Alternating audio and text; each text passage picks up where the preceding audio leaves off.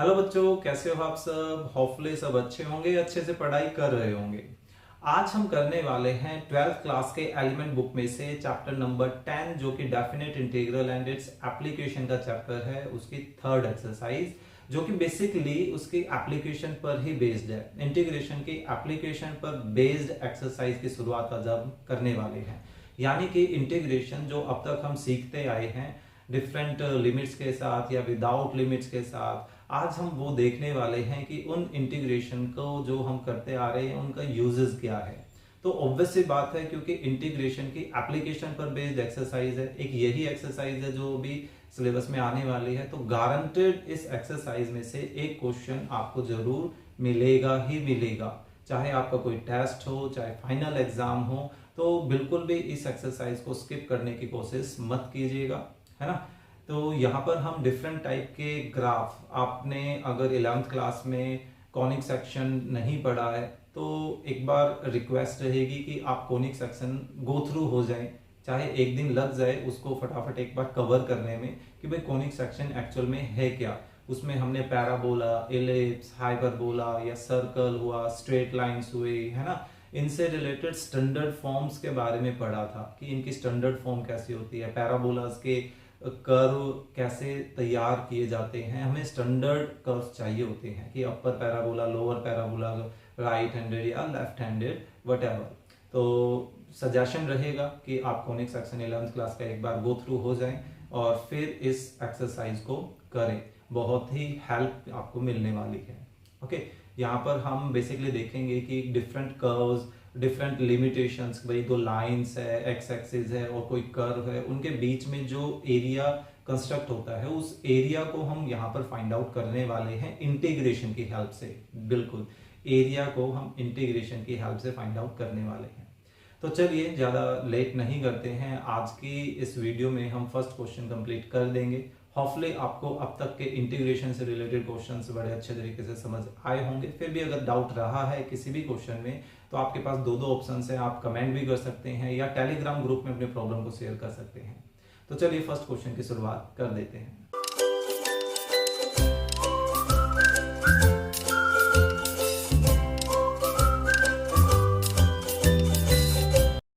Okay, सो देखिए first question हमारे पास क्या है।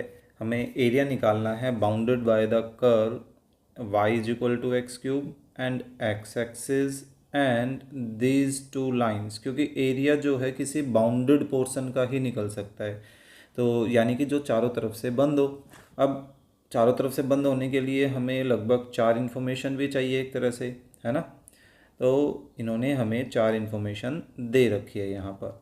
तो देखिए इनका अगर आप ग्राफ बना लेते हैं, एक रफ ग्राफ बनाना होता है थोड़ा सा आइडिया से, ठीक है, तो आपको थोड़ा सा समझने में आसानी हो सकती है, ठीक है।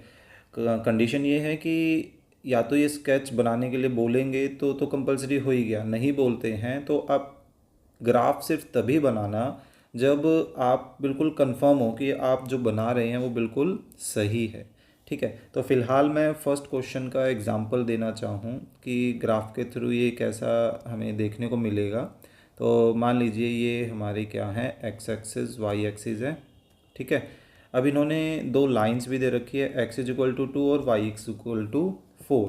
तो जो x is equal to type की होती है, साथ साथ मैं पहचान भी करवाने की कोशिश करूँगा।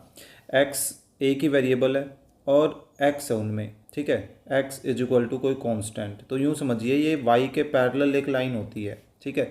तो वाई के पैरेलल कहाँ से लाइन पास करेगी, एक्स को ये 2 पे काटती हुई पास करेगी, ठीक है। दैट मीन्स कि कुछ इस तरीके से। तो ये जो लाइन है ये हमारी क्या है, ये है x is equal to 2, okay. और ऐसे ही इस लाइन को हमने ड्रॉ कर लिया। अब दूसरी लाइन को अगर देखें तो ये क्या है, एक्स इज इक्वल टू 4, तो दैट मीन्स कि ये 4 से पास करेगी, ठीक है, कुछ इस तरीके से। ये हमारी क्या है, एक्स इज इक्वल टू 4।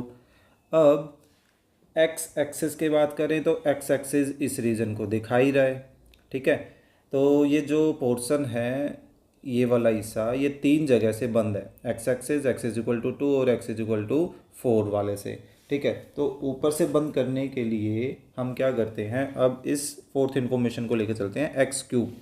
तो एक्स क्यूब का अगर आप ग्राफ देखोगे तो वो कुछ ऐसा सा बनता है, ठीक है। ये काफ़ी दूर आगे जाके ऐसे इस लाइन को मिलेगा।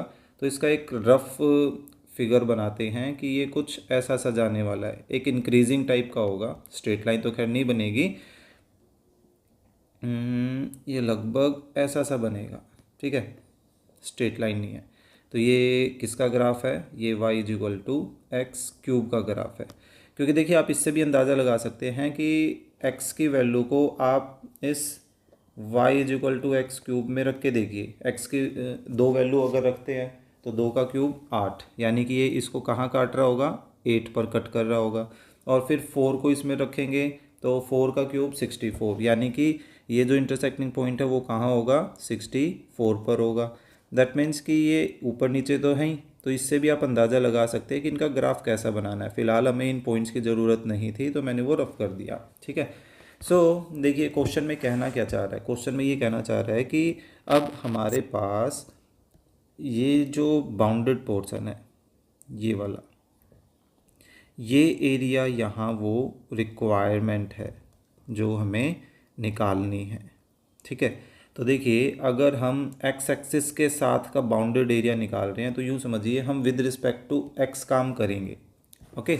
सो ग्राफ से तो हमें समझ लिया हमने कि कैसे ये चाहता है। तो इसको रिप्रेजेंट कर लेते हैं। देखिए सबसे पहले तो आप गिवन कर्व बता दीजिए कि गिवन कर्व क्या है, ठीक है। गिवन कर्व हमारा क्या है, y is equal to x cube. अब हमें साथ साथ ये भी देखना है कि जो लिमिट्स हमें दे रखी है 2 से 4, उन 2 से 4 में ये कर्व इस इंटरवल में 2 से 4 में कहीं नेगेटिव तो नहीं है। तो फिलहाल हमने तो नोटिस किया भाई ये नेगेटिव नहीं है, 2 पर भी ये पॉजिटिव दे रहा है, 4 पर भी ये पॉजिटिव रिजल्ट दे रहा है ना। ये आप सो भी करें 4 या नाउ 4 x की वैल्यू जब हम 2 से 4 के बीच में कुछ भी रख रहे हैं तो y हमेशा कैसा रिजल्ट दे रहा है, पॉजिटिव। तो ये पहचान किस चीज़ की है ये, और यहाँ पर ये इंक्रीज भी हो रहा है ना। 2 पर छोटा रिजल्ट दे रहा है 8 कर्व, और इसमें 4 रखें तो 4 पर 64 इसने रिजल्ट दिया था। तो दैट मीन्स कि ये भी पहचान किसकी है कि कर्व इंक्रीज कर रहा है, पॉजिटिव के साथ साथ इंक्रीज भी कर रहा है, ठीक है। सो फाइनली हम डायरेक्टली अपना रिक्वायर्ड ग्राफ लिख सकते हैं। देयरफॉर आवर रिक्वायर्ड एरिया, मैं ग्राफ भूल गया था कैसे करना है। देखिए इंटीग्रेशन हमें करना है लिमिट्स के साथ, लिमिट 2 to 4 हम काम कर रहे हैं, ठीक है।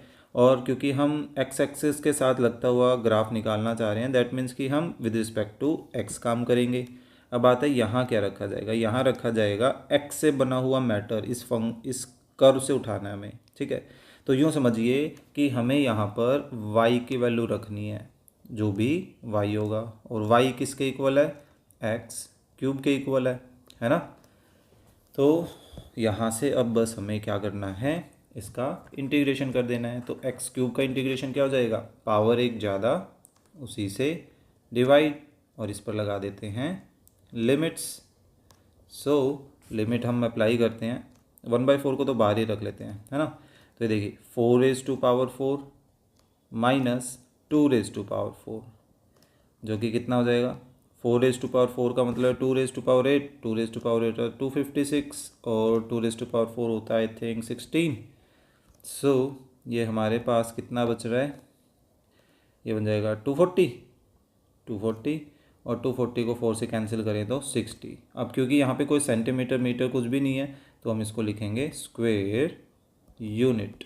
तो ये आ गया हमारा रिक्वायर्ड एरिया, ठीक है। होपफुली समझ आया होगा।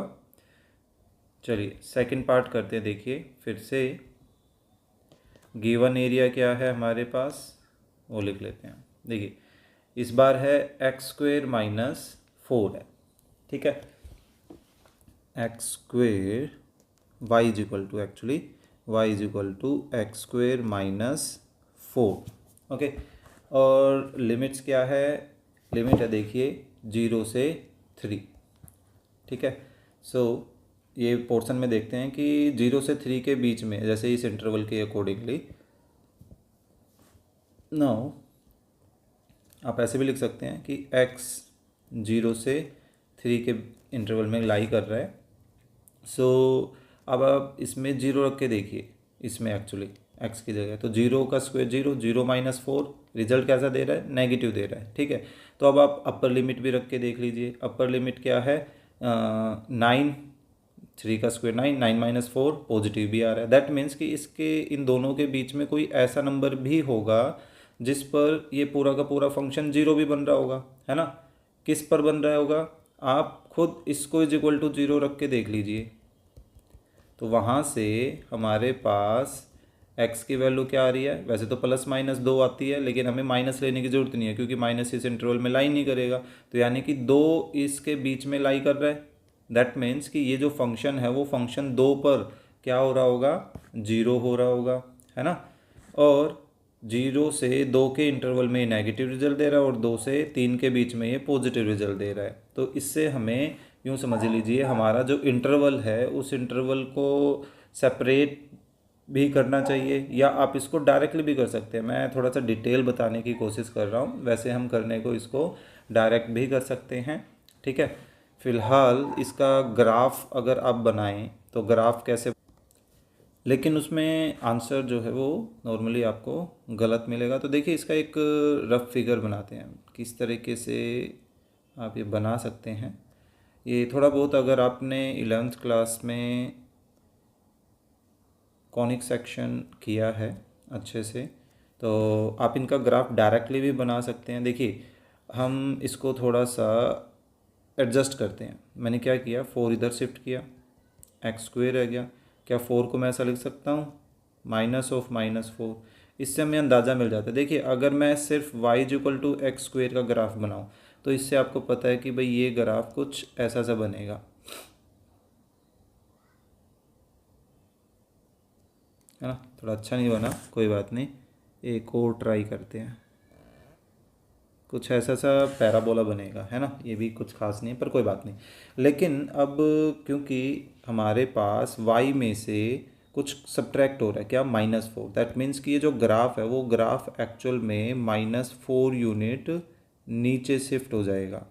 ठीक है, तो उससे हमें अंदाज़ा लगता है कि y में से या x में से जो सब्ट्रैक्ट हो रहा होता है उससे अंदाज़ा लग जाता है कि एक्चुअल में ये ग्राफ कहाँ से पास हो रहा होगा। ये पॉइंट है हमारा -4, y पर कट कर रहा है। तो इसके कोऑर्डिनेट की बात करें तो 0 से -4 है। ठीक है, हालांकि हमें इसका कोई लेना देना नहीं है। अब ये कट कहाँ कर रहा है, x एक्सिस को कहाँ कट कर रहा है, आप नोटिस करोगे ये x एक्सिस को 2 पर इंटरसेक्ट कर रहा होगा। क्यों, क्योंकि आप इसमें देखिए, अब हम वापस से, मैंने थोड़ी देर पहले बताया था ना कि ये 0 रिजल्ट कहाँ दे रहा है, ये 2 पर दे रहा है। दैट मीन्स कि ये जो पॉइंट है वो 2 है। लेकिन इन्होंने हमें एक और लाइन दे रखी है, क्या, x=3। देखिए x=0 तो हमारी ये खुद y एक्सिस हो गई। x=3 ड्रॉ करें तो वो कुछ ऐसे सी लाइन होगी, यहाँ से पास हो रही होगी। ये हमारी क्या है, x=3 है। ठीक है, तो x एक्सिस और ये कर्व और 0 से 3 के बीच में हमारा ग्राफ जो है वो एरिया जो है वो कौन सा है, किसकी रिक्वायरमेंट है, तो एक्चुअली में इस पोर्शन की वो रिक्वायरमेंट कर रहे हैं। एक तो ये और साथ साथ ये। ठीक है, ये कंप्लीट पोर्शन। तो आप नोटिस कर रहे होगे कि कुछ एरिया जो है वो एक्स एक्सिस के नीचे है। दैट मीन्स कि उस हिस्से में जो कर्व है वो हमें नेगेटिव रिजल्ट दे रहा है। मैंने आपको वैल्यूज़ भी रख के दिखाई थी इसमें, है ना। तो यहाँ हम क्या नोटिस कर रहे हैं कि भाई 0 से 2 के बीच में हम कैसे शो करेंगे। अब हमने ये तो अंदाज़ा लगा लिया ग्राफ से, आपको थोड़ा सा रुक के क्वेश्चन को समझना पड़ेगा। ठीक है, तो ऐसा करते हैं कि 4x की वैल्यू 0 से 2, y देखिए क्या रिजल्ट दे रहा है, नेगेटिव रिजल्ट दे रहा है। ठीक है, =0 भी देगा क्योंकि हम 2 भी तो रख रहे हैं इसमें। ठीक है, यानी कर्व जो है वो एक्स एक्सिस के बिलो है, इसकी ये पहचान है। Okay, and 4x belongs to 2 to 3। 3 तक क्यों जा रहे हैं, क्योंकि 3 तक उन्होंने दे रखा है। y कैसा है, कैसा रिजल्ट दे रहा है, पॉजिटिव दे रहा है। दैट मीन्स कि ये किसकी पहचान है, कि हमारा जो रिक्वायर्ड एरिया वो एक्स एक्सिस के ऊपर है। क्लियर। तो अब हम यहाँ पर हमारा रिक्वायर्ड एरिया कैसे निकालेंगे? आपको क्या करना है, जैसे हम मॉडुलस में लिमिट सेपरेट करते थे, बिल्कुल उसी तरीके से यहाँ भी अब लिमिट सेपरेट होगी। क्यों? क्योंकि कुछ इंटरवल में हमारा फंक्शन नेगेटिव रिजल्ट दे रहा है और कुछ इंटरवल में हमारा फंक्शन पॉजिटिव रिजल्ट दे रहा है। ठीक है, तो 0 से 2 में देखिए हमारा फंक्शन जो है वो क्योंकि नेगेटिव रिजल्ट दे रहा है तो हम उसको पॉजिटिव बनाने के लिए एक और नेगेटिव से मल्टीप्लाई कर देंगे। ठीक है, और 2 से 3 के बीच में हमारा फंक्शन पॉजिटिव रिजल्ट दे रहा है तो इसको हम पॉजिटिव ही रहने देंगे। अब हमें फाइनली क्या करना है, इन वाइज की जगह इनकी वैल्यू रख देंगे, जो कि क्या है, एक्स स्क्वेयर माइनस 4 है एंड डी एक्स प्लस ऐसे ही 2 2 3 क्या बन गया हमारे पास, x square minus 4 and d x. Clear. अब बस हमें इनको सिंप्लीफाई करना है और कुछ भी नहीं। तो देखिए सिंप्लीफाई करते हैं, एक्स क्यूब बाय 3 माइनस क्या बन जाएगा 4x, यहाँ लिमिट लग रही है 0 से 2 प्लस यहाँ फिर से इंटरवल तो इंटीग्रल तो सेम है तो उसका इंटीग्रेशन भी सेम ही आएगा। तो एक जगह मेहनत कर चुके तो ये तो कॉपी पेस्ट करना है। अब लिमिट जो है वो चेंज हो गई थी तो इनमें वैल्यूज सब्स्टिट्यूट करते हैं। तो देखिए मैं डायरेक्टली ब्रैकेट भी खोल रहा हूँ और लिमिट भी रख रहा हूँ। तो ध्यान से 2 की पावर 3 8/3 फिर माइनस माइनस ये क्या हो जाएगा प्लस 4 इंटू 2 8। अब देखिए जब लोअर लिमिट रखेंगे तो ये टर्म भी 0 हो जाएगी, ये टर्म भी 0 हो जाएगी, तो मैं लिख ही नहीं रहा हूँ डायरेक्टली। अब इस पे काम करते हैं विद अपर लिमिट। सो 3 रखते हैं तो 3 क्यूब 27, 27 को 3 डिवाइड भी करेगा तो 9, फिर माइनस 3 इंटू 4 12 देन माइनस 8/3 और लोअर लिमिट का माइनस और एक और ये माइनस, दोनों क्या बन जाएंगे प्लस 4 इंटू 2 8। ठीक है, कैंसिल कुछ नहीं हो रहा है, चलिए कोई बात नहीं। तो यहाँ बेसिकली हमारे पास 8 8 16 16 माइनस 12 4 4 एंड 9 कितना हो गया हमारे पास 13 और माइनस माइनस 8/3 और माइनस 8/3 माइनस 16/3। इनका एलसीएम ले लेते हैं, कितना आ रहा है 39 माइनस 16/3 यानी कि कितना बन रहा है 23/3 स्क्वेयर यूनिट्स, है ना। तो ये हमारा रिक्वायर्ड आंसर आ गया ऑफ सेकंड पार्ट। ठीक है, होपफुली समझ आ रहे होंगे, कंटेंट समझ आ रहा है तो प्लीज़ लाइक करना ना भूलें। ठीक है, अपने फ्रेंड्स को भी शेयर करें। चलिए नेक्स्ट कर्व हमें क्या गिवन है वो देखते हैं। देखिए x square, okay x square का तो अभी अभी हमने पता किया ही था, एक्स स्क्वेयर का ग्राफ वही अपर पैराबोला बनता है और हमें -1 से 1 के बीच में काम करना है। ठीक है, हो जाएगा। देखिए कर्व है y is equal to x square, तो एक पैराबोला पहले बना लेते हैं। अरे वाह, ये ज़्यादा अच्छा था। ठीक है, सो इसके अकॉर्डिंगली हम बना लेते हैं हमारी लाइन, ये हमारी एक्स एक्सिस और ये वाई एक्सिस। ठीक है, इसको थोड़ा सा शिफ्ट कर लेते हैं। अब इन्होंने देखिए लिमिट क्या दी गई है, x इज इक्वल टू -1 से x is equal to 1। So consider कर लेते हैं यहाँ कहीं ये है हमारी x इज इक्वल टू -1 और ये कंसिडर कर लेते हैं हमारी x इज इक्वल टू 1। ठीक है, सो रिक्वायर्ड एरिया कौन सा होगा, रिक्वायर्ड एरिया एक्चुअल में हमारा है ये वाला। ठीक है, आप नोटिस करोगे कि भाई जीरो नहीं -1 से 1 के बीच में कहीं पर भी ग्राफ एक्स एक्सिस के नीचे नहीं जा रहा। ग्राफ एक्स एक्सिस के नीचे नहीं जाने का क्या मतलब है कि इस इंटरवल में हमें कहीं पर भी नेगेटिव रिजल्ट नहीं मिल रहा। दैट मीन्स कि हम डायरेक्टली -1 से 1 के बीच में अपना काम कर सकते हैं कि भाई 4 for x belongs to -1 to 1 interval our function is always 0 से greater, या 0 भी हो सकता है। दैट मीन्स कि कहना क्या चाहते हैं, समझ गए होगे, पॉजिटिव बताना चाह रहे हैं, है ना। तो हम डायरेक्टली अपने रिक्वायर्ड ग्राफ पर आ सकते हैं। रिक्वायर्ड एरिया, मैं हर बार ग्राफ क्यों बोल रहा हूँ आई डोंट नो, मैं एरिया को क्योंकि ग्राफ के थ्रू रिप्रेजेंट कर रहा हूँ शायद से, इस वजह से, है ना। सो देखिए ये क्या हो जाएगा, -1 से 1 y dx। सो -1 से 1 अपना फंक्शन क्या है, x² and dx। So x² की जगह x² की वैल्यू रखें, x³/3 और लिमिट -1 से 1।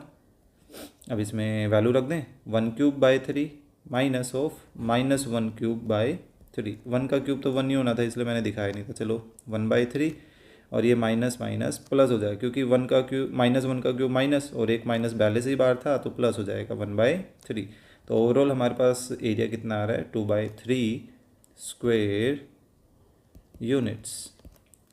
ठीक है, तो ये था हमारा फर्स्ट क्वेश्चन जिसमें हमने 3 पार्ट्स काफ़ी डिटेल में समझने की कोशिश की है। अगर आप स्टार्टिंग में किसी टॉपिक को बड़े अच्छे तरीके से बिल्कुल बेस के साथ समझ लेते हैं तो आपको आगे के क्वेश्चंस में इतनी दिक्कत नहीं आती। स्टार्टिंग के क्वेश्चन पे आप थोड़ा सा टाइम लगाइए, रुक कर समझिए उन चीज़ों को कि मैटर चल कैसे रहा है। ठीक है, आप उन चीज़ों को अच्छे से समझ लेते हैं तो आगे के क्वेश्चंस बड़े जल्दी हम कवर कर सकते हैं। ठीक है, सो होपफुली आपको फर्स्ट क्वेश्चन समझ आया होगा। कंटेंट अच्छा लगा तो प्लीज़ लाइक करना ना भूलें, अपने फ्रेंड्स के साथ शेयर करना ना भूलें ताकि उनको भी कुछ ना कुछ बेनिफिट हो। ओके, और होपफुली आपसे उम्मीद है कि आप अपने फ्रेंड्स को चैनल को सब्सक्राइब करने के लिए बोलेंगे। आप भी अगर चैनल पर नए हैं तो प्लीज़ आपसे भी रिक्वेस्ट है कि आप भी चैनल को सब्सक्राइब करें ताकि मुझे भी मोटिवेशन मिले और अच्छा सा काम करने के लिए। चलिए मिलते हैं नेक्स्ट वीडियो में आगे के क्वेश्चंस के साथ।